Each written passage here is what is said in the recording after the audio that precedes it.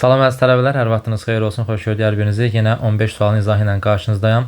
Görək bu dəfəki suallarda nəyə diqqət eləmək lazım idi və necə yazmaq lazım idi. Birinci sualımız idi ki, qanuna uyğunluğu müəyyən edin və sual əvəzinə uyğun olan variantı seçin. Bu tipli sualların fərqli versiyaları var. Bu dəfəki sual tipində sadəcə sınıq xəttin hansı dairələri gördüyünü yazıbdı üzərinə. Nə mənada? Fikir verin. Arxa fonda 1, 2, 3, 4, 5 və 6 dənə dairə var. O dairələrin üzərində isə sınıq xəttlər var. Məsələn, sınıq xətt nə deməkdir? Buradan işıq şüası sanki düşür bunun üzərinə, xətt sınır qayıdır, gəlir bunun üzərinə, xətt sınır qayıdır bunun üzərinə, bu formada davam edir. Amma bunun bir ardıcıllığı var. O ardıcılığa da fikir versəz 3-dən başlayır. Niyə 3-dən başlayır? Təsadüfi olaraq təbii ki, bu 3-dən başlayır. Məsələn, buradan 1-dən başlayıb bu formada davam edə bilirsən. İstənilən nöqtədən başlayıb arxasında davamını gətirə bilərsən. Sadəcə burada 3-dən başlayıbdı. Sən də baxsan 3-cü dairə, 1, 2, 3-cü dairə söhbət bundan gedir, düzdür? 3-cü dairədən başlayıb, sonra 4-ə gedibdi. 3-dən başladı, həqiqətən 4-ə getdi. 4-cüdən sonra xətt getdi, 5-də sındı. 5-dən sonra qayıtdı, 2-ci dairənin üstündə sındı, həqiqətən 2 yazıb. 2-dən sonra gəldi, 1-ci dairənin üstündə işıq sındı, xətt sındı, nəzsiz deyin artıq. Sonra da getdi 6-cı dairənin üstünə. Ona görə 3-dən başladı, 6-ya qədər davam elədi. Eyni şeyi ikincisində də yoxlaya bilərik. Yenə 3-dən başlayıbdı. Fikir verin, 1-ci, 2-ci, 3-cü dairəmiz budur. 3-dən başladı, getdi 4-ə. Yəni bu tərəfə gəlsə 2 yazardı, amma bu tərəfə gəlməyib. Niyə? Niyəsi yoxdur. Bu da bu formaya gəlmək istəyir, buradan getmək istəyir. 4-ə gəldi. Həqiqətən baxın, bu 4-cü dairənin üstündədir bu nöqtə. 4-cü sənəddən sonra gəldi bu hissəyə, baxsaz 6-cı dairənin üstündədir. Həqiqətən 3, 4, sonra 6 yazıb. 6-dan hara qayıdır? Baxsaz 5-ci dairənin üstünə qayıdır. Həqiqətən də bu nöqtə 5-ci dairənin üzərindədir. 5-dən sonra hara gedir? 5-dən sonra gəlir 1-ci dairənin üzərinə. Nöqtə bu dəfə 1-ci dairənin üzərindədir. 1-dən hara qayıdır? 2-yə. Burada yazdı 2. Yaxşı, bəs müəllim, mən burada neçə başlayım? Burada indi 3-dən başlamışdı deyən mən də 3-dən mi başlayım? Elə bir qayda yoxdur. Elə bir şey yoxdur. İlkin olaraq ağlınıza o gələ bilər. Təbii ki, B ilə D variantını yoxlayarsınız. Gəlin yoxlayaq. Amma yəni dediyim kimi bu 3-dən başlayıb deyə, bu 3-dən başlayıb deyə mən də 3-dən başlamayım deyə bir anlayış yoxdur. İkisi də saat əqrəb istiqamətə tutaq ki, başlasaydı deyərdim, amma bura fikir verin. 3-dən başladı, sağa doğru hərəkət elədi. Burada 3-dən başladı, sonra 4 yuxarıya doğru, sola doğru hərəkət elədi. Yəni istiqamət olaraq da tutmaq olmadı ki, mən necə gedim. Amma deyən edirəm, ilkin olaraq gözünüzə o dəysə, baxsaz variantlar, zaten variantların hamısını yoxlamalısınız. Axır əvvəl 2 dənə variant yoxlayanda hər iki variantın səhv olduğunu görəcəksiniz. Məsələn, 3-dən başlayır deyir, düzdür? 3-cü xəttin üstündə nöqtəni tapdıq. 3-dən sonra deyir 1-ə gedir. Onda istiqamətiniz bu formada 1-ə gəlməlidir. Sadəcə nöqtələrini göstərəm. Bəli, 1-ə gəldi. 1-dən sonra getdi 6-ya. 3, 1, 6 hələ ki yaxşı gəlir. Sonra o 6-dan qayıtdı 5-ci dairənin üstündəki xəttə. 5-də də doğru gəlir. Ən son hissədə 5-dən fikir verir, 2-yə gəlmir. 5-dən 2-yə gəlsəydi elə cavabımız B bəndə olardı. Amma 5-dən bura nə gəlir? 4-ə gəlir. 4-dən sonra 2-ci dairənin üzərinə gəlir. Yəni 2, 4 yox, 4, 2 yazsaydı olardı. Bu dəfə baxırsan 3, 2 hissəsinə.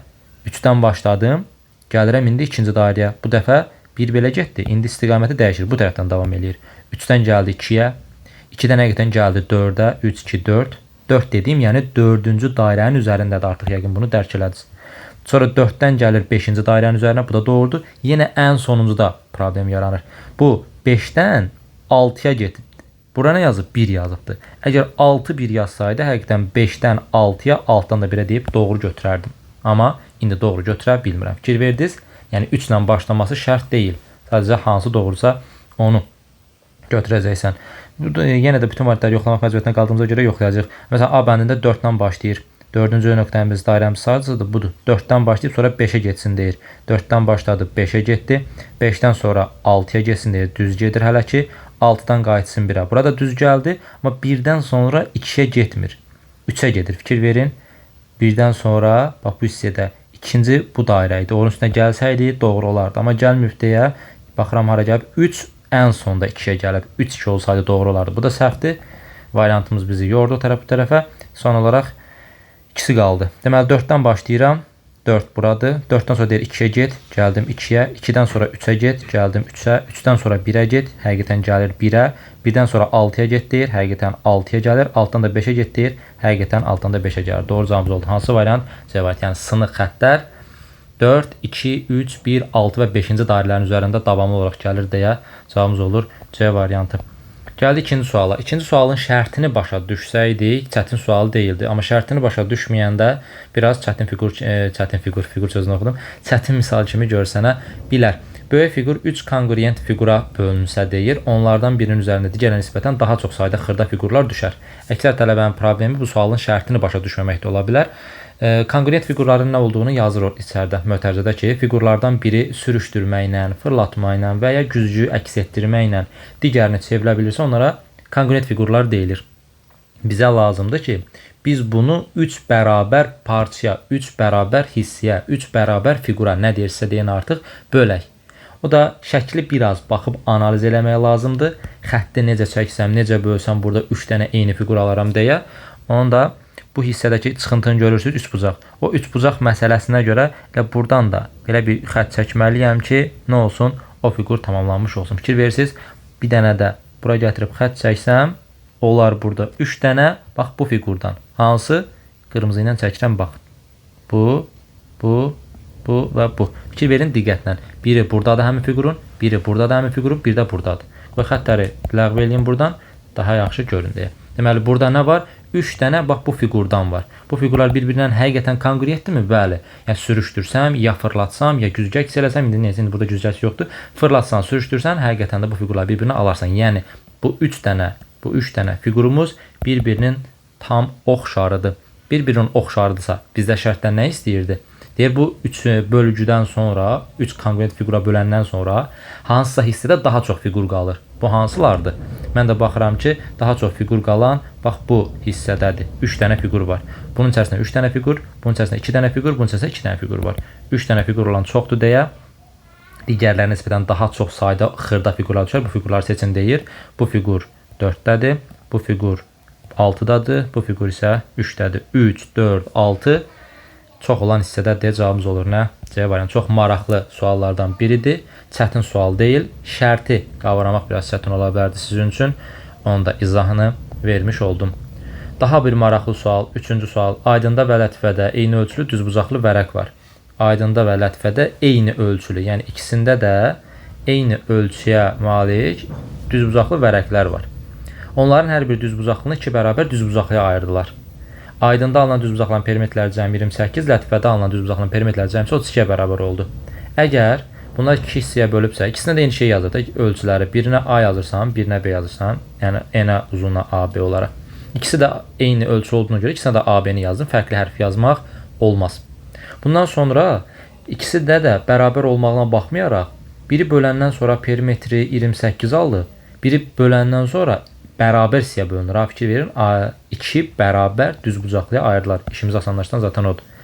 Lətifədə isə 32 cm bərabər. Mən ikisini də deyim ki, bu formada bölüb. İkisi də eyni formada bölsə, ikisinə də eyni perimetr alınmalıdır. Ona görə məntiqlə düşünürsən ki, biri əlində olan düzbucaqlını şaquli vəziyyətdə bölüb, biri isə üfüqi vəziyyətdə bölüb. Yəni bunu zaten belə bölməsə, nə olmaz? Perimetrləri o fərqli formada olmazdı. Bunları çəkdik. Mən bilirdim axı bura A-dır. Bura A-dırsa, onda bu tərəfdə A-dır, bu tərəfdə A-dır. Bir dənə A da yaza bilərsiniz. B 2 yerə bölündü deyə, bura oldu B bölünsün 2, B bölünsün 2. Toplayanda zaten B-ni verir. B bölünsün 2, B bölünsün 2. Bu tərəfdə isə yuxarı B-dirsə, onda burada B-dir. Burada B-dir. Bu dəfə A 2 yerə bölündü. A bölünsün 2, A bölünsün 2. A bölünsün 2, A bölünsün 2. Tam başa düşəs deyə hamısını yazdım. Daha sonra bu olsun aydındakı, bu da olsun lətifədəki. Bunları həll eləmək üçün perimetrlər tapmaq lazımdır. Düzdür. Birinci fiqurun perimetri nədir? A üzərinə gəlsin A, yəni 2A üzərinə gəlsin B. Hardan tapdım? B bölünsün 2 ilə B bölünsün 2-ni toplayanda elə bir dənə B verir. Yəni B-nin yarısı toplayanda elə bir dənə B verir. Yenə buradakı bir fiqurun perimetrini tapmaq istəsəm, perimetr nədir? Kənar xəttlərin cəmidir da. Kənar xəttlər hansılardır? A-dır, B bölünsün 2-dir, B bölünsün 2-dir. Yenə də tam başa düşəsiz deyə yazıram. A plus A plus B bölünsün 2 plus B bölünsün 2. A ilə A-nın cəmi 2A verir. B bölünsün 2 ilə B bölünsün 2-nin də cəmi bir dənə B-ni vermiş olur. Deməli, hər iki fiqurun perimetri nəyə bərabər oldu? 2A plus B, 2A plus B-yə. Davamını gətirəm. Üstə gəlsin 2A plus B. Bərabərdir neçəyə? Aydında nəyə bərabər idi? 28-ə. Perimetri bərabər oldu 28-ə. Bunu toplasam olur 4 dənə A üzərinə gəlsin 2 dənə B bərabərdir 28-ə. Hər tərəfi 2-yə bölsəm 2A plus B bərabərdir 14. 4-ə. Daha sonra növbəti hissədə bu düz bucaqlıya əsasən hesablama aparsam, deməli B uzunluq burada, B uzunluq burada. B ilə B-nin cəmini eləyir 2B. A bölünsün 2 burada, A bölünsün 2 burada. Bunların cəmi nə verir? Bir dənə A. Üzərinə gəlsin A. Yəni bir fiqurun perimetri 2B plus A-dırsa, növbəti aşağıdakı fiqurda eyni perimetrə malikdir. Çünki 2 bərabər parçaya bölmüşdüm. Bu da 2B plus A-dır. Bu nəyə bərabərdir? Yazmış şərtdə lətifədə isə 32 cm bərabər olan bir perimetri fiqurlar almışdı. Bunları toplasam eləyir 4 dənə B, üzərinə gəlsin 2 dənə A bərabərdir 32-yə. Hər tərəfi 2-yə bölsəm 2B plus A bərabərdir nə olur? 32 olmuş olur. 2 dənə qiymət aldıq, tənlik aldıqsa, gəlin onları bir yanaşı yazaq, sistem tənlik alaq. 2A plus B-ni 14-ə bərabər tapdım. 2B plus A-nı isə 32-yə bərabər tapmış oldum. Bunları alt-alta toplasam olur 3 dənə A, üzərinə gəlsin 3 dənə B bərabərdir. Neçə? 14, 32 də bu. 46-ya. Üzürü sayın, mən 32-ni bölməmişəm burada. Deyəndə 46 sonra 3-ə bölünməyəcək. 4B plus 4, 2 bərabərdir 32-yə. Burada hər tərəfi 2-yə böləndə 32-ni bölməmişəm. Burada 16 yazmaq lazımdır. 16. 14 16-nın cəmi nəyə bərabər olur? 30-a. B-nizi qarışdırmasın, sadəcə eləməli olduğum məsələ. Burada 4B-ni 2-yə bölüb 2B yazmışam. 2A-nı 2-yə bölüb A yazmışam, amma 32-ni 2-yə bölməmişdim. İndi böldüm, 16 yazdım. Bunları tərəf-tərəfə toplasaq 3A üstə gəlir 3B bərabər 30 verir. Buradan 3-ü mötərizə xaricdən çıxardıram. A plus B bərabər 30-a. Buradan da A plus B bərabər olur. Neçəyə? 10-a. Bizə də lazım idi ki, A plus B-nin ümumilikdə nəyə bərabər olduğunu tapaq. 10-a. Mənə düzbucaqlının perimetrinin düsturunu deyin desəm, deyərsiniz ki, mən düzbucaqlının perimetrinin düsturu 2 vurulsun A plus B-dir. Yəni, hər hansısa bir ixtiyar düzbucaqlıdır. Bura A-dır, bura B-dir. Bunun perimetri nə deməkdir? A plus A, B plus B. 2 mötərizə xaricdən çıxardanda 2 A plus B-ni vermiş olur. A plus B-ni biz tapdıq hesabdan neçə oldu? 10. A plus B-nin yerində 10 yazanda olur 2 vurulsun 10 bərabərdir 20-yə. Deməli, lap başlanğıcda bu fiqurun perimetri 20 cm imiş. İkisinə də 20 cm bir düzbucaq var. Biri böləndə 14, biri daha doğrusu 28, bir də böləndə 32 cm-lik nələr alıblar? Fiqurlar alıblar. Çox maraqlı sual idi. Çətin sual deyil, sadəcə riyazi, həndəsi hissələri var ki, onları tutmaq lazım idi. Gəldik 4-cü suala. Fiqurların üzərində yazılmış və ya hesablanandan sonra hərflərin yerində yazılması nəzərdə tutulan ədədlərdən istifadə edərək sual əvəzinə uyğun variantı müəyyənləşdirin deyir. Çətin bir sual deyil. Fikir verirsin, məsələn, burada bir dairə var, bütöv dairə. O dairənin 4də 1 hissəsinə 5 yazıb. Zaten bəllidir də bunun 4də 1-i 5 olmalıdır. Və ya da ki, 4-dən 3 hissəsinə 15 yazıbdır. Bu dilimi də gətirib bura tamamlasan, həqiqətən 20-yə gedib tamamlanmır, tamamlanır. İndi məndən D-ni istəyirsə, D nədir? 20-nin yarısıdır da. Fakt görürsən, 20-nin yarısı neçədir? 10-dur. Deməli, D-nin qiyməti olur 10. Daha sonra, haradadır? A kvadratdadır. Kvadrata fikir verin. Kvadratın 4də 3-ü 24-dür. Və yaxud da ki, 4-dən biri 8-dir. Və yaxud da 2-dən biri 16. Mən hardan bilirsiniz bu 4-dən biri? Yəni, fiquru fakt görürsən də, burada kvadratı 4 dənə parçaya bölüb, onun 3 dənəsi rəngləyəndə 4-dən 3 olur. Bu fiqurun 4-dən 1 hissəsidir. Yəni, bu tam fiqurun 4-dən 1-idir. Bu fiqurun 4-dən 2 hissəsi, yəni 2-dən 1 hissəsidir. Bunu rahatlıqla görmək mümkün olur. Əgər bir fiqurun 2də 1 hissəsi 16-dırsa, tam hissəsi neçədir? 32-dir. Buradan A-nın qiyməti olur 32. Yəqin ki, bunu da rahat-rahat tapa bilərdiniz. Yəni, bu sual ümumiyyətlə. Bu 28-dir. Bu fiqurumuz bütövdə 28 isə onda C olan dilimə neçə deyərik? 21 deyərik də. Niyə? Çünki o fiqurun 4də 3 hissəsidir. 28-də 4də 3-ü neçə eləyir? 21 eləmiş olur. Lap hesablanma aparmaq istəmirsən, bax buradan 7-ni görürsən, bu balaca parça. Yəni 28-də onun 7-ni çıx, qalsın 21-i. Eyni şeydir. Bir fərqi yoxdur. Burada olur 21. Daha sonra B-nin qiymətinə baxsaq, B hardadır? B buradadır. Deməli, həmin fiqur 24-dür bütövü. Bütövü 24-dürsə, bəs onun 4-dən 1 hissəsi neçədir? 4-dən 1 hissəsi də 6-ya bərabərdir. Burada yazıram 6. Qutardı getdi. Çox da uzatmaya ehtiyac yoxdur. 32-nin 10 cəmi 42 eləyir. 21-in 6 cəmi 27 eləyir. Çıxsam 42-dən 27-sini 15 cavabımız oldu. C variantı. 5-ci sualda qanun uyğunluğu müəyyən edək. Nədən ibarətdir? Bu Kakuro sualıdır. Kakuro sualların fərqli-fərqli tipləri var ki, bu da tam əsl Kakuro demək olmaz buna. Necə, hansı mədə demək olmaz? Kakuroda əsasən kənarda yazılanlar bunların cəmləri olmuş olur, amma burada fərqlidir.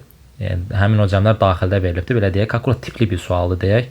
Daha dəqiq olmuş olsun. Məsələn, bu 13-ü fikir verirsiniz. 13-ün düzbucaqlı üçbucaqda katetləri baxılan hissəyə baxın. Katetlər burada 4-ə baxır. Katetin biri burada 9-a baxır. 4 ilə 9-un cəmi nəyə bərabərdir? 13-ə. 19-un yerləşdiyi üçbucağın katetlərinə fikir verin. Bu kateti 11-ə baxır, digər kateti 8-ə baxır. 11 ilə 8-in cəmi 19 eləyir. Sonra 18-in yerləşdiyi üçbucağın katetlərinə fikir verin. Burada 11 var. Yəni ən sağa, ən aşağıya çəkirsən də 11 və 7 var. Cəmi 18-i vermiş olur. İndi A üçbucağının yerləşdiyi katetlərə fikir versəm, bir tərəfi 12-yə baxır, bir tərəfdə 3-ə baxır. 12-nin üçün cəmi 15-i vermiş olur. B düzbucaqlı üçbucağının, yaxud üçbucağın düzbucaqlı oxşadıq da bunları təbii ki. Katetlərinə baxsam, biri 6-ya baxır, biri 8-ə baxır. Bunların cəmi 14-ə bərabərdir. Bir də C üçbucağının katetlərinə baxsam, bu 1-ə baxır, digər katet isə 6-ya baxır. 1 ilə 6-nın cəmi isə 7-ni vermiş olur. A oldu 15, C oldu 7, B də oldu 14. 22-dən də 14 çıxanda 8-i verir. Cavabımız olur nə? C variantı. Gəldik 6-cı suala. Qatlanmış kağızı açın və doğru variantı müəyyən edin deyir. Bu tipli suallarda şeydən də istifadə edə bilərsiniz. Simmetriyadan. Ona görə variantları çıxa biləcəksiniz. Maksimum 2 dənə variant qalır ən sonda ki, müəyyən hissələrini açmaq məcburiyyətində qalırsan. Bu parçanı görə indi biz nədən rahat şəkildə çıxa bilərik? Gəlin belə eləyək. Bax, bu fissiyədə bu parçanın hardan götürüldüyünü görməyin üçün daxildə böyük bir fiqur verir ki, bu parça hardan götürülüb onu biləsən. O parçanın konkret olaraq buradan götürüldüyünü görürsən. Yəni parçanı fırlatmaq, dəyişmək olmaz. Amma bəlkə buradan götürülübdür. Elə bir şey yoxdur. Yəni bu parça sırf bu hissəyə aid olan bir parçadır deyə mən bilirəm ki, həmin hissədə bu göstərdiyi fiquru çəkmək lazımdır. Bu fiquru çəkirəm, şərti olaraq çəkirəm hələ ki, indi açmağa cəhd göstərmirəm. Birazdan variantları çıxanda fərqli şeylərə görə çıxacaq. Məsələn, A bəndini çıxıram. Niyə? Mən bilirəm ki, burada belə bir simmetrik xətt varsa, qırıq-qırıq xətt varsa, deməli bunun yuxarı fırladılması var. Yəni yuxarıda həmin fiqurun eynisi olmalıdır. Yoxdur ki, həmin fiqurdan. Yox. A bəndi yanlışdır. Belə gözünüzə böyük görsən də bunu açmaq necə açacağam? Sadəcə istəklə çıxacağam bu variantların hamısını. Deməli A bəndini göndərdik burada olmadığına görə. Daha sonra gəlin ən çox istifadə etdiyim hissələrdən biri simmetriyaya baxaq görə. Bu simmetriyaya görə variant çıxa bilirikmi? Fikir verirsiniz, ən böyük simmetriyaya baxın. Kiçik simmetriyalar zaten sizi yorasıdır. Kiçik simmetriyanın işin yoxdur hələ ilkin olaraq. Böyük simmetriyaya baxsam, görürəm ki, ortadan böyük bir diaqonal çəkir və bu simmetriyanı qorumalıyam. Mən o simmetriyanın olmadığına görə həmin dəqiqə D bəndini ata bilərəm. Çünki burada bir simmetriya yoxdur. Bax, bu hissələrə, orta hissələrə fikir verin. Orada simmetriya yoxdur deyə D bəndini göndərirsən, gedir. Və yaxud da ki, C bəndini. Fikir verirsiniz, bu formada bir xətt çəksəm, bunun yuxarı qalxması zamanı bu 2 dənə fiqurun 5 bucaqlının bura düşməsi lazım idi və ya ki bu ikilərin burada olması lazım idi axı. Yoxdur. Simmetriya görə 2 variant çıxdı. Yəni 3 dənə variantımızın ikisi simmetriyaya görə, indi deyirəm, balaca simmetriyaların işimiz yoxdur. Ən böyük parçalarla bağlı simmetriyaya baxmaq lazımdır, işimiz rahat olsun deyə. 2 dənəsi ona görə çıxdı, bir dənəsi də yenə balaca simmetriyanı rahat görünürdü də. Buradan ki yuxarı qaldırmaq lazımdır. Həmin hissəyə görə çıxdım. Cavabın qalır B və Y variantı. B ilə Y variantı biraz səni dərinlərə doğru aparacaq. Yəni simmetriya üzərindən də gedə bilərsən, müəyyən açışlar da eləyə bilərsən. Açışlar eləyəndə biraz daha çox vaxt itirərsən, nəinki şeydən. Gəlin simmetriya ilə gedək. Simmetriya ilə getsək, birinci böyük simmetriyaya görə variant çıxa bilməsən. Çünki B bəndində də hər şey simmetrikdir, bir problem yoxdur. Eyni zamanda Y bəndində də hər şey simmetrikdir, bir problem yoxdur. Əsas məsələ mərkəzdə alınan 4 dənə fərqli kvadrat olmalıdırmı, yoxsa bir dənə böyük kvadrat bitişik olmalıdır. Onu baxmaq lazımdır ki, bu da çox yormur bizi. Diqqətlə baxsaq, məsələn, tam rahat görməyiniz üçün bu fiquru bir dəfə yuxarı simmetriya eləmək lazımdır. Çünki qırıq-qırıq xəttlər bunun yuxarı qaldırmağını tələb eləyir. Bu formada çəkdim. Sonra baxarsınız ki, müəllim, burada belə bir üçbucaq var. Bu üçbucağı necə fırlatmaq lazımdır? Yenə də üçbucaq deyil. Sən də üçbucaq kimi çəkirsən buradan, bir də buradan. Deməli, bu üçbucağı aparmaq lazımdır yerinə. Yerinə aparanda bir üçbucaq bura gəlib düşür. Bir üçbucaq da gəlib bura düşmüş olur. Düzdür? Həmin üçbucaqlar indi bir-birinə bitişikdirmi? Xeyr, bir-birinə bitişik deyil. Bir-birinə bitişik deyilsə, mərkəzdə belə bir böyük kvadrat yarana bilərmi? Əsla yarana bilməz. Ona görə cavabımız olur hansı variant? B variantı. Variantın üzərindən simmetriya ilə gedəsi olsaq, onda nə edərik? Fikir verin. Belə bir simmetriya var. Belə bir simmetriya var. Fikir verin, bu simmetriyaya görə də hələ variant çıxa bilməzsən. Daha sonra burada belə bir balaca simmetriya var idi. Fikir verirsiniz, buradakı xətt. Burada elə bir simmetriya var idi, ona görə çıxa bilmirsən. Bir dənə bu hissədəki üçbucaq simmetriyasına görə çıxsan, zaten cavabımız da bayaqlar ona görə tapmışdıq. Buradakı üçbucaq simmetriyasını belə göstərim. Buradakı üçbucağı burada göstərim. İndi fikir verin, bu üç bucağı buradan belə çəksəm, həqiqətən də geri açılma zamanı buradakı üst-üstə düşmələri rahat görə bilərsiniz. Hansı fiqurlardan söhbət edir? Bir buradakı fiqur, bir də buradakı fiqurda fırladılır. Amma Y bəndində, yəni bu üç bucağı çəksəm, rahatlıqla görə bilərsiniz ki, bu parça fırlananda gəlib bura düşmür. Və ya ki, bu parça fırlananda gəlib bura düşmür. Düşür, sadəcə bitişmir axı. Yəni bunlar arasında bir məsafə olduğunu açıq-aşkar görə bilirsiniz. Çox da uzatmaya ehtiyac yoxdur. Cavabımız oldu B variantı. Gəldik 7-ci suala. Maraqlı suallardan yenə biri. 7-ci sualda deyir ki, bu 8 bucaqlı mərkəzi O nöqtəsi ətrafında 270 dərəcə fırladılır ox istiqamətində, oxda saat əqrəbi istiqamətində fırlandığını görürsən. Fırlanmadan sonra əldə edilən 8 bucaqlıda Y ox ətrafında simmetrik çevrilir. Verilmiş şərtə əsasən ilk vəziyyətdə B nöqtəsinin yerləşdiyi mövqedə son vəziyyətdə hansı nöqtə dayanır? Deməli, bizdən tələb olunan 2 dənə proses var. Bir fiquru 270 dərəcə fırlatmalıyıq, bir də 270 dərəcə fırladandan sonra simmetrik olaraq çevirməliyik. Sən bu prosesi 2 cür eləyə bilərsən. 270 fırladıb sonra simmetrik eləyə bilərsən və ya da ki, simmetrik çeviriş edib sonra 270 dərəcə fırlada bilərsən. İşimizi daha da rahatlaşdırmaq üçün mən bilirəm ki, ümumi dərəcə nəyə bərabərdir? 360 dərəcəyə bərabər deyil. 360-ı bölürsən 8-ə. Niyə? Çünki bu 8 bucaqlıdır. 360-ı 8-ə böləndə eləyir 45. Bu nə deməkdir? Yəni 45 dərəcə fırladılma bu bir tərəfin dəyişməsi deməkdir. Yəni bu fiquru 45 dərəcə fırlatsam B gəlir C-nin mövqeyinə düşür, C gəlir D-nin mövqeyinə düşür, D gəlir Y-nin mövqeyinə düşür. Bu formada proses baş verir. Yəni bu fiquru 45 dərəcə fırlatsam, fikir verin, həqiqətən praktik olaraq da göstərə bilərəm bu formada. Yəni bu şəklin bu hissəyə gəlib düşmək üçün bu hissə 45 dərəcəli hissədir. Daha aydın görməyiniz üçün bir dənə B-dən D-yə xətt çəkirəm. 45, 45, 97. Bax, bu 90 dərəcəli hissədir. Davamını da gətirə bilərsiniz. D ilə F-ə qədər yenə 90 dərəcə deməkdir. F-dən H-a qədər yenə 90 deməkdir. Həqiqətən burada 90, 90, 90, 90-dır ki, bütövdən hissə veribdir. 360-ı veribdir. Yəni, hər cür ispat eləyə bilərik bunu. Deməli, bir dənə hərfin yer dəyişməsi, yəni bir hərfin digər hərfin yerinə düşməsi 45 dərəcə fırlatma deməkdir. Bizdən 360 dərəcə fırlatma demir ki, 360 dərəcənin bir mənası qalmaz. Təbii ki, 270 dərəcə fırlatmaq lazımdır.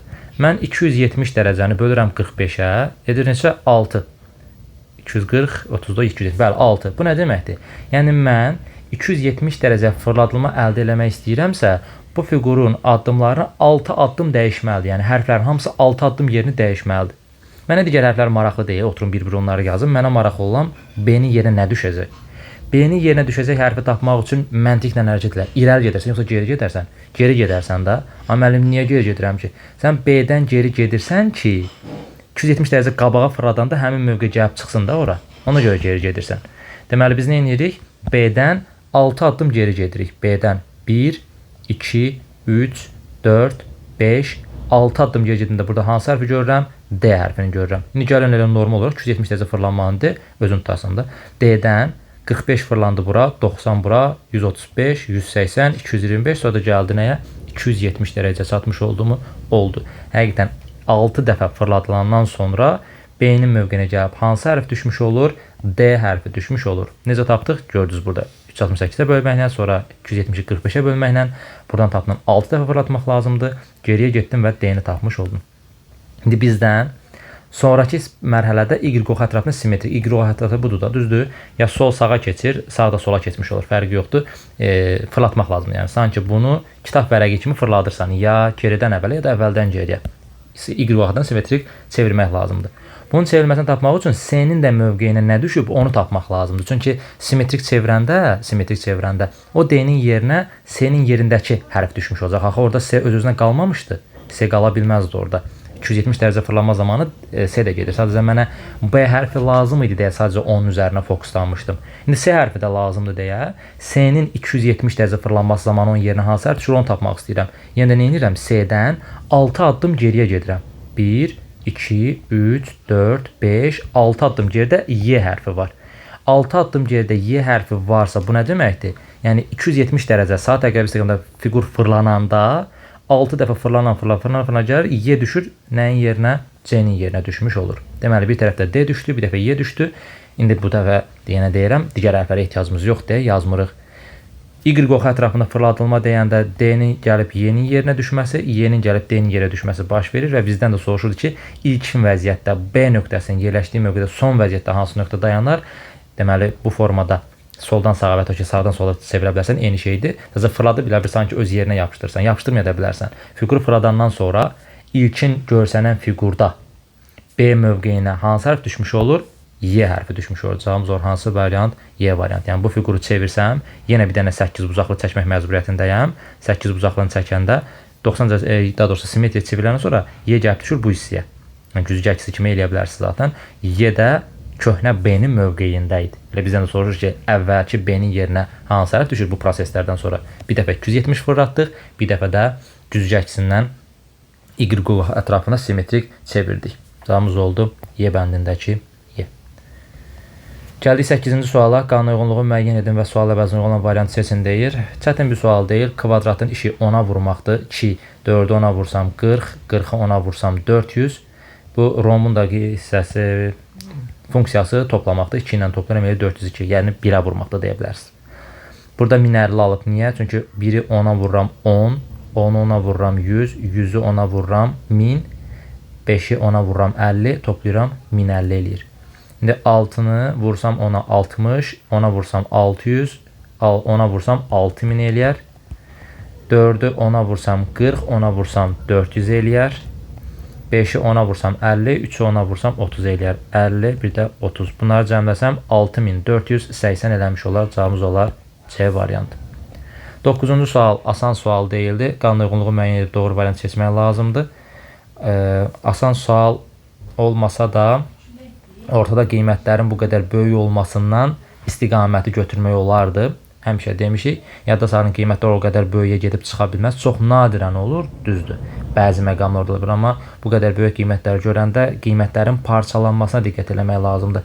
Burada da mövqe baxımından görsəydik, burada 3 var, burada 3 var. Birinci hissədə 3 ilə 3-ün cəmi, 3 ilə 3-ün cəmi vurulsun 2 bərabər neçə eləyir? 12. O 12 hardadır? Bax, burada.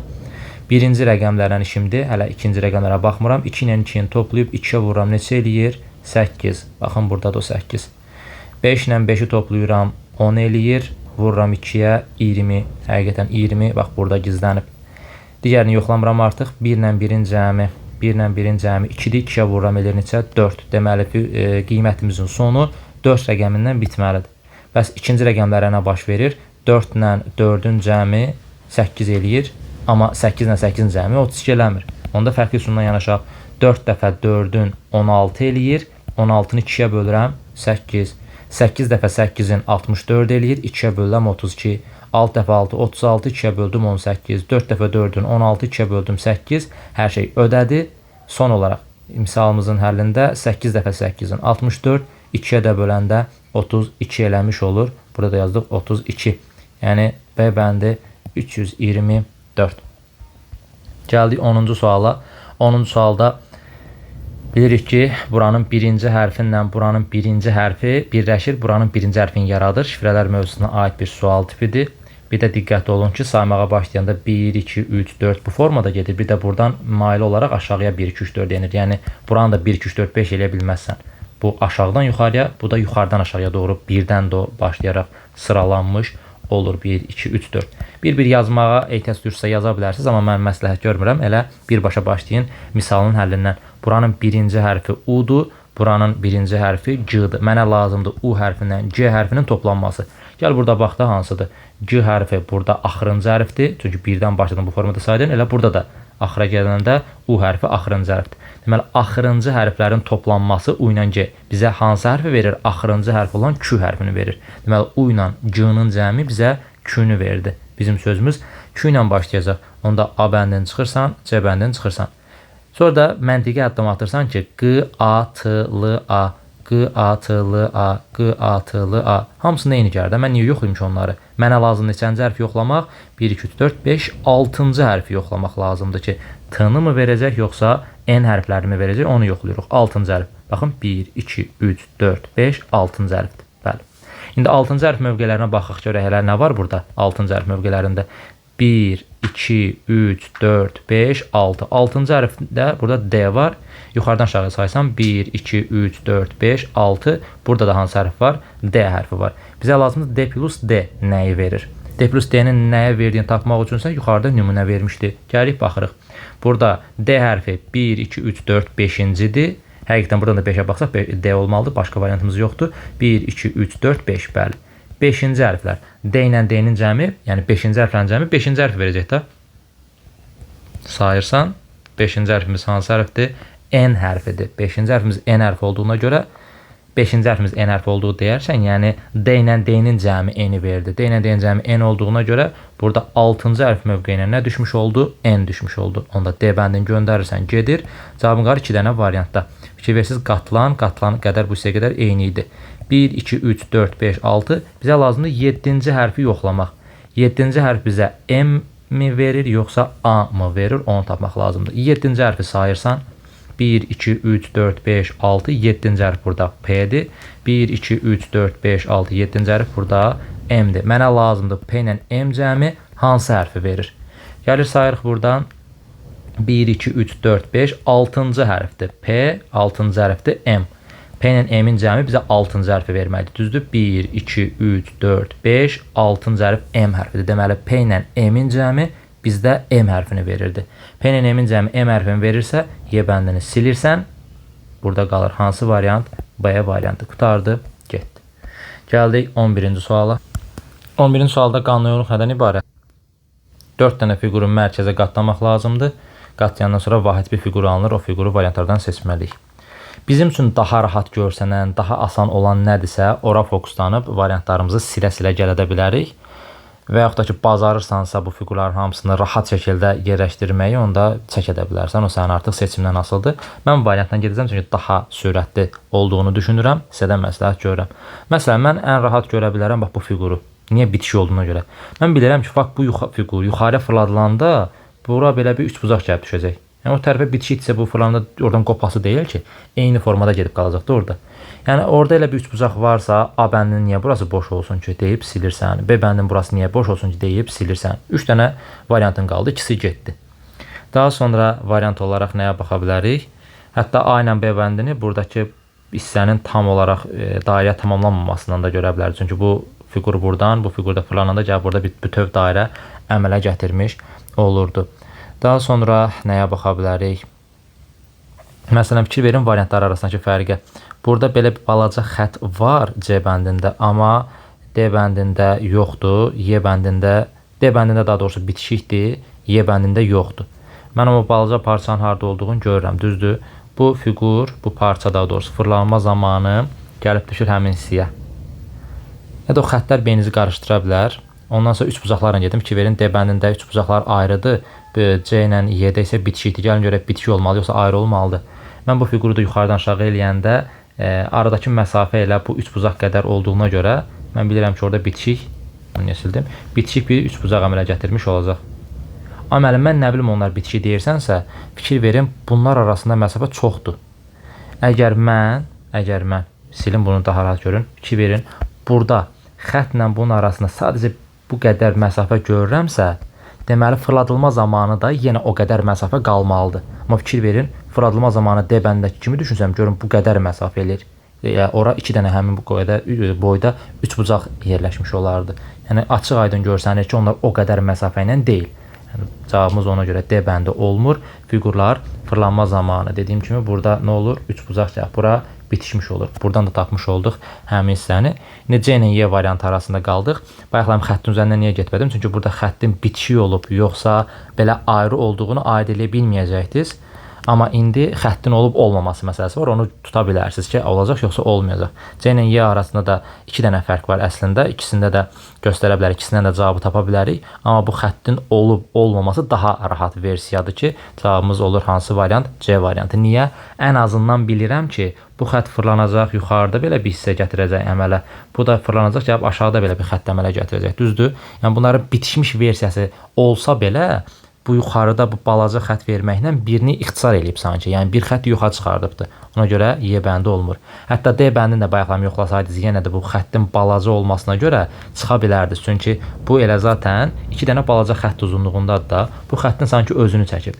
Yenə də işdə yəni bu həyəcanla falanla görməmiş ola bilərsiniz deyə ən daha rahat görən hissələr nədirsə, ən daha ikisinə birləşdirdim, daha da qüvvətləndirdim. Yəni ən rahat görünən hissə nədirsə, oradan hərəkət eləmək istədim. Buna getdik. Cavabımız oldu C bəndi və yaxud da ki, bu hissələri də görə bilərsiniz. Məsələn, fikir verin, bax bu üçbucaq fırladılma zamanı gəlib bura düşmüş olur. Maraqlı bir vəziyyət yaranır. O üçbucaq fırlanma zamanı gəlir, bura düşür bu formada. Bu formada, yəni bunu çevirdin, həmin fiqurlar almış olur. Bir də aşağıdakı fiqurları görürsünüz, üçbucaqları. Bax bu üçbucaq fırlanma zamanı gəlir onun alt tərəfinə düşür, belə bir hissə yaratmış olur. Belə bir hissə kvadrat əmələ gəlir zaten 2 dənə düz bucaq birləşəndə. Bu üç bucaq da yuxarı fırlanma zamanı gəlir bunun üst hissəsinə düşür və belə bir 2 dənə kvadrat əmələ gəlmiş olur. Bəs variantdakı bir dənə kvadrat hardan gəldi çıxdı deyirsinizsə, fikir verin, sağda belə bir fiqur qatlanması zamanı belə bir kvadrat var. Bu kvadrat yan xəttindən 1 kvadrat məsafədə uzaqlıqdadır. 1 kvadrat məsafədə uzaqlıqdadırsa, onda buradan belə bir hissə çəkirsən, yəni güzgəksiz zamanı gəlib bura düşmüş olur. Həqiqətən Y bəndində də bu hissənin parçanın əsik olduğunu görüb, yenə C variantını götürə bilərdiniz. Bax belə. 12-ci sualda qanunyonluq nədir? Rebuslarla bağlı bir sual tipidir. Baxaq, 8, 4, 4, 4, 32, 7, 1, 32. Amma buradan tuta bilərdiniz, baxın gənclər. 4, 4-dən də 32 alıb, 7, 1-dən də 32 alıb.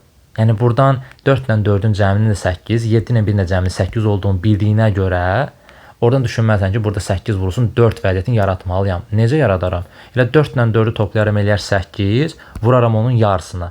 Yəni 4-ə eləyər 32. Eyni zamanda 7 ilə 1-i toplayaram eləyər 8, vuraram o 8-in yarısı 4-ə eləyər 32. Yoxlayaq görə alınırmı yuxarıda da? Alınacaq. 8 ilə 4-ün cəmi eləyir 12, vururam 12-nin yarısı 6-ya. Eləyir 72.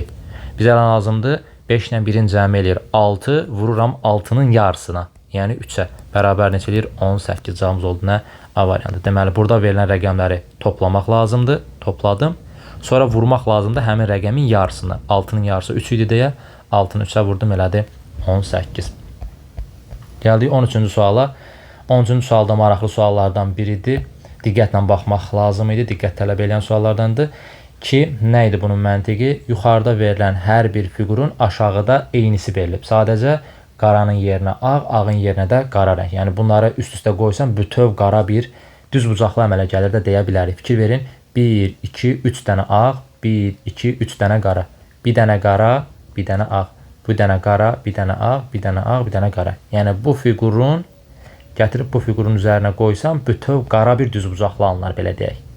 Daha sonra bu fiqurun fırladılması hardadır deyə baxsam, yoxdur, görsəm bir cavabımız oradan çıxacaq. Onda bu fiquru axtarıram. Bu fiqurun eynisi buradadır. Eynisi deyərsən, yəni ağın qara, qaranın ağ olduğu versiya. Bu iki fiquru üst-üstə qoysan, bütöv qara bir düz bucaqlı alınır. Eyni zamanda bu fiqurla bu fiquru, hamısını rəngli göstərdim, fərqli rənglərdə üst-üstə qoysan, bütöv bir düz bucaqlı alarsan. Belə deyim, şərt olaraq daha rahat olsun, məntiqi sizin üçün. Bizə lazımdır nə?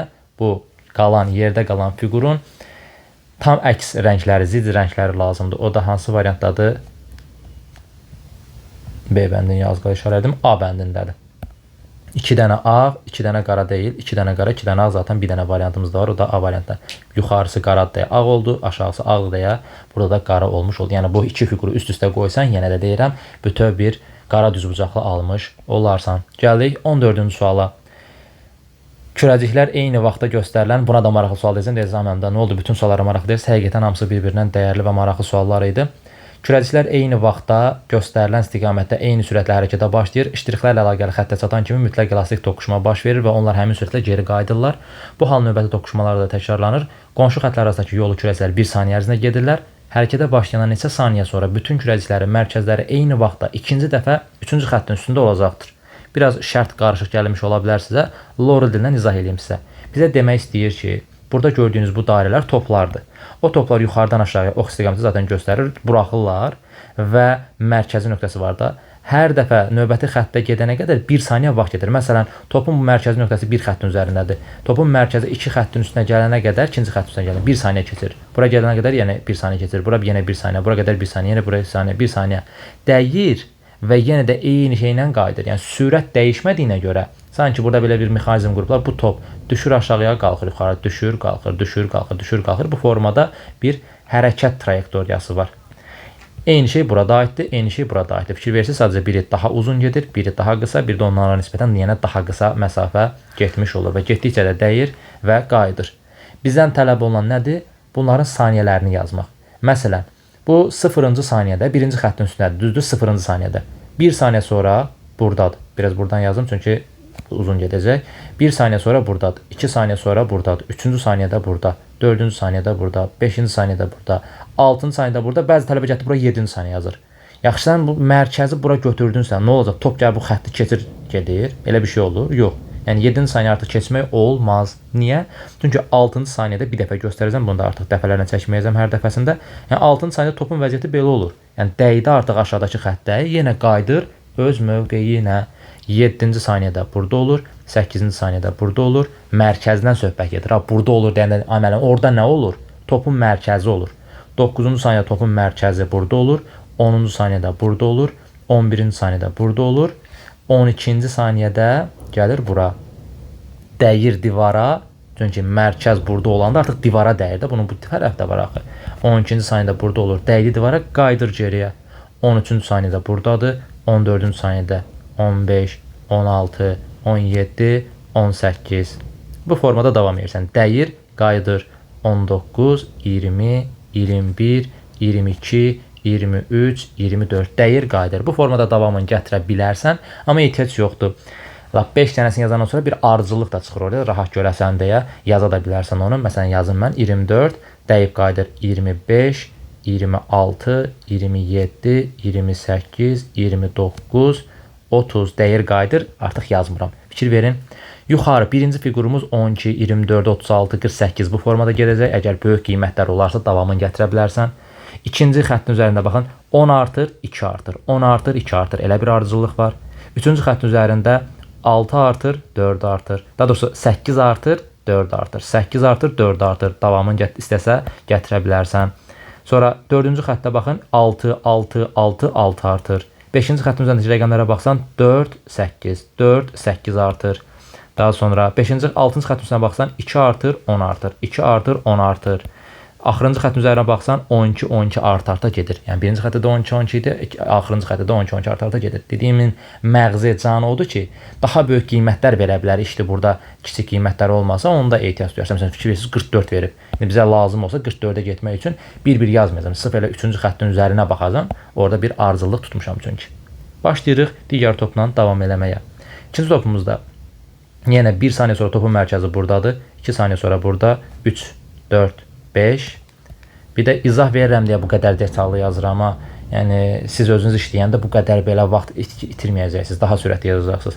5-ci saniyədə topun mərkəzi burada olanda yenə göstərim tam başa düşəsiniz. Dəyir divara, qayıdır geriyə. 6-cı saniyədə burada olur, 7-ci saniyədə burada, 8-ci saniyədə burada, 9-da burada, 10-da burada. Dəyir, qayıdır 11, 12, 13, 14, 15 dəydi, qayıdır 16, 17, 18, 19, 20 dəydi, qayıdır 21, 22, 23, 24, 25 dəydi, qayıdır. Bu formada gedirik. Hələ ki ehtiyac duymuram çünki ən böyük qiymətimiz 44-dən başqa 22-yə qədər gedir. İşte 22-yə qədər olmasa cavabı birbaşa 44-də götürə bilərsiniz. Biraz ağıllı davranmaq lazımdır. Sonra yenə digər topun mərkəzinə baxıram. Buradan başlayıram. 1-ci saniyədə buradadır, 2-ci saniyədə burada, 3-cü saniyədə burada, 4-cü saniyədə burada. Dəyir divara, qayıdır geriyə. 5-ci saniyədə bura gəlir, çıxır. 6-cı saniyədə bura. Niyə? Çünki hamısını öz yazmışdı. 1 saniyə vaxta gedir həmin o mərkəzlər arasındakı məsafəni. 7-ci saniyədə buradadır, 8-ci saniyədə buradadır. Dəydi, qayıdır. 9-da burada, 10, 11, 12. Artıq bir dəfə yazan sonra davamı dəyər demək ehtiyac yoxdur. Beyniniz şişməsin. Səsimdən 13, 14, 15, 16. Dəydi, qayıdır. 17, 18, 19, 20 dəydi, qayıdır 21, 22, 23, 24. Kifayətdir bura qədər yazmağımız. Bizdən nə soruşurdu? Bizdən soruşurdu ki, neçə saniyə sonra bütün kürəciklərin mərkəzləri eyni vaxtda ikinci dəfə 3-cü xəttin üzərində olur. Deməli, fokuslanırıq hara? 3-cü xəttə. Bir də bəzən tələbələr mən buna tək izah edirəm də elə bil ki, bunlar ayrı-ayrı vaxtda yox. Yəni eyni vaxtda bu toplar hərəkətə başlayır. Sadəcə mən indi üçünü də birdən necə izah edeyim sizə. Ona görə tək-tək baxdım. Birinci topa, ikinci topa, üçüncü topa. Yoxsa belə vaxt başlayanda elə üçü də eyni anda başlayır. Fikir verin. Məsələn, 1 saniyə sonra bu topların üçü də ikinci xəttin üzərindədir. 2 saniyə sonra bu topların üçü də üçüncü xəttin üzərindədir. İndi bizə digər xəttlər lazım deyil deyə fokuslanaq neçənci xəttə elə 3-cü xəttə. Bizə birinci dəfə nə vaxt olduğunu soruşmur. Birinci dəfə soruşsaydınız bu qədər həngaməyə ehtiyac var idi? Yox. Birinci dəfə bu 3 topun üçü də 3-cü xəttin üzərində neçənci saniyədə olur? 2-ci saniyədə. Diqqətlə baxın. 2-ci saniyədə də bu top 3-cü xəttin üzərindədir. Bu top da 3-cü xəttin üzərindədir. Bu top da 2-ci saniyədə o xəttin üzərindədir. Amma bizə birincisini soruşmur. Axı elə yaxşı eləyir. Çünki birincisi sağdadır. Qoy çətini soruşsun. İndi biz lazımdır bu hissələrdə ortaq qiyməti tapmaq ki, top ikinci dəfə nə vaxt, yəni bu toplar ikinci dəfə nə vaxt eyni saniyədə bu xəttin üzərində olurlar. 10-cu saniyəyə baxsam ikisində var, birində yoxdur. 14-cü saniyəyə baxsam ikisində var, birində yoxdur. 22-ci saniyə isə üçündə də var. Diqqətlə baxın. 22-ci saniyə burada da var. 22-ci saniyə burada da var. 22-ci saniyə burada da var. Yəni ortaq olan hissəyə baxırsan. Deməli, bu toplar 3-cü xəttin üzərində ikinci dəfə 22-ci saniyədə görsənmiş olurlar. Cavabımız olur. Hansı variant? B variant. Çox mükəmməl bir sualdır. Niyə din bu sualdan istifadə eləmir? Eləyəcək. Bu dəfə istifadə eləyəcək. Gəldik 15-ci suala. A, B, C, D, E, F, G, H adlı 8 dost 1-dən 8-ə qədər nömrələnmiş dairə və masa ətəndə əyləşirlər. Nə məlumdur bizə? Deyir, H, A və Y-nin arasındakı masada əyləşib, C, B və C-nin arasındakı masada əyləşib, D-nin qarşısına Y əyləşib, B 4 nömrəli masada C və Y-nin arasında əyləşibdir. Lap yaxşı. Demək, diqqətlə baxsaq, H, A ilə Y-nin arasında dediyinə görə yazıram. A ilə Y-nin arasında kim var? H var. C də B ilə C-nin arasındadır, B ilə C. Amma bunu həmişə bir hissə ilə məhdudlaşdırmayın. Bəlkə A, H, Y deyil, Y, H, A-dır. O da eyni cümləyə cavab çıxır. Yəni H, A ilə Y-nin arasında deyəndə nə bilirsən bu formada? Bəlkə bu formada yazmaq lazımdır. Elə nə bilirsən bu formada? Lord desəyin söhbətinə görə nə edirik? İkinci bir ehtimalımıza çəkirik ki, rahat şəkildə işləmiş olaq. Bu olsun yenə bizim dairə və masamız. Ətrafında olsun bu 1-in, bu 2-nin, bu 3-ün, bu 4-ün, bu 5-in, bu 6-nın, bu 7-nin, bu da 8-in. İndi yazsam 1, 2, 3, 4, 5, 6, 7, 8 olar 2 dənə eyni ehtimalımız. Eyni masamız daha doğrusu. İndi bizə deyirdi ki, əsas şərtimiz buradadır da B 4 nömrəli masada əyləşibdir. Yəni bunun başqa yolu yoxdur da B-ni gətirib nə etməlisən? Bura yazmalısan. B-ni yazdım ora, B-ni yazdım bu hissəyə. B, 2 dənə məqamı var. Fikir verirsiniz, burada nə yazıb? C və Y-nin arasında əyləşib deyir. C ilə Y-nin arasında əyləşibsə, burada C-ni bura yazıram, Y-ni bura yazıram. Deyirəm, bəlkə Y-ni bura yazıb, B-ni bura yazaq, C-ni daha doğrusu yazaq. Yaza bilərik də dediyim kimi. B, C ilə Y-nin arasında deyirsə, C-ni bura, Y-ni bura yaza bilərsən. Eyni zamanda əksinə, C-ni bura, Y-ni bura yaza bilərsən. Yəni bunun üçüncü ehtimalı varmı desəz, yoxdur. Çünki B-nin yeri konkretdir deyə bunun başqa ehtimalı yox. Sadəcə Y ilə C öz arasında yerlərini dəyişə bilərdi. Bunu yazdıq. Daha sonra hissəyə fikir verin. AHY hissəsinə. AHY. Həmin AHY məntiqi hissəsində, belə deyək, ardıcıllığında məntiqi hissəsi nəymiş? A bura düşür, H bura düşür, Y də buradadır zaten. AHY. Birinci ehtimalımızda isə məcburən A-nı bura yazmalıyam, H-ı bura yazmalıyam ki, Y də neynəsin? Düşsün o hissəyə. Bunu da yazmış olduq. Belə bir şərt vermiş ki, D-nin qarşısında Y əyləşibdir. Əgər D-nin qarşısında Y əyləşibsə, D-ni gətirib birinci masaya yazmaq lazım ki, D ilə Y qarşı-qarşı olmuş olsun. Burada da D-ni gətirib 7-ci masaya yazmaq lazım ki, D ilə Y neynəsin? Qarşı-qarşı olmuş olsun. Bunlar gedəndən sonra belə bir şərtimiz nə qalıb? B ilə C, C-nin ortasında olması. Fikir verin, C nəyin ortasındadır? B ilə C-nin ortasındaydı, düzdür? B, C ilə C-nin ortasındadır. C-ni də gətirib 2-yə yazmaq lazımdır ki, nə olsun? C, B ilə C-nin ortasında olsun. Eyni zamanda burada 6-ya gətirib nə yazmaq lazımdır? C yazmaq lazımdır ki, C hərfi B ilə C-nin arasında olmuş olsun. Bu şərtlərin hamısı ödənəndən sonra qalır bircə dənə hərfimiz. O da F hərfi. F hərfini bura yazıram 8-ə. Burada da yazıram 8-ə. Bu olur bizim məntiqi təhlil sualımızın həlli.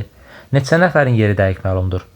Amma mən bunu necə tapaq, neçə nəfərin yeri dəqiq məlumdur deyəndə? İki ehtimalda baxırsan, hər iki ehtimalda eyni mövqeyə düşən şəxsləri varsa, deməli onların yeri dəqiqdir. Eyni yerə düşmürsə, deməli onların yeri dəqiq deyil.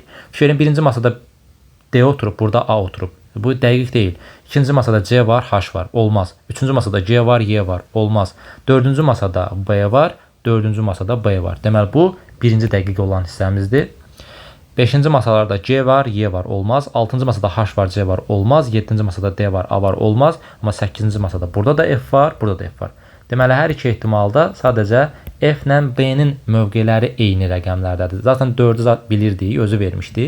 Yəni cavabı sən maksimum səhv edib 1 yazarsan, onda da F-in yerinə diqqət etmək lazım ki, F-in də yeri hər iki ehtimalda 8-ci masadır. Bunun başqa variantı yoxdur. Ona görə neçə nəfərin yeri dəqiq məlumdur? 2 nəfərin. Cavabımız olur B bəndi. D 1 nömrəli masada əyləşərsə, fikir verin, aşağıdakı ehtimalımızda D 1 nömrəlidə deyil, 7 nömrəlidir. Ondan işin yoxdur. Deməli, ehtimal olan bizdən bu sualla bağlı bir şey soruşur. Yəni bu ehtimalla bağlı bir şey soruşur daha doğrusu. D 1 nömrəli masada əyləşərsə, H neçə nömrəli masada əyləşmiş olur deyir. H 6-cı masada əyləşmiş olur. Cavabımız olur Y variantı. Bu fikirdən çıxırıq. Çünki sadəcə ikinci suala görə tək bu ehtimala baxırdıq. İndi iki ehtimal ikisindən yerindən qaydırıq. Tək nömrəli masalarda hansı şəxslər əyləşmişlər? Amma mənim burada aləm deyəcək bir-birinə yox dəyməyəcək. Çünki ikisində də tək nömrələrdə eyni hərflərdir. Burada tək nömrələr hərfləri hansılardır? A-dır, D-dir, C-dir, Y-dir. A, D, C, Y. Burada hansıdır? D-dir, A-dır, Y-dir, C-dir.